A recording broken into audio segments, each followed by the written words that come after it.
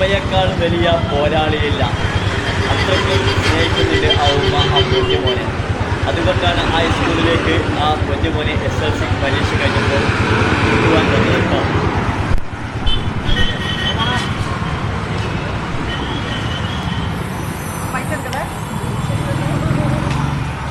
പാരന്റാണോ? കയ്യോടെ പിടിച്ചോണ്ട് പോവാ? എന്താ നും ഒന്നും യാത്ര പറയാനൊന്നും സമ്മതിക്കില്ല. എന്താ പറയുന്നേ? അല്ല ഒന്ന് അവിടെ വരെ പോയി വിടില്ല. നേരെ പോരിന്ന് പറഞ്ഞ വണ്ടി കയറി വിടാൻ പിടിച്ചടിച്ചോണ്ട് പോവാ.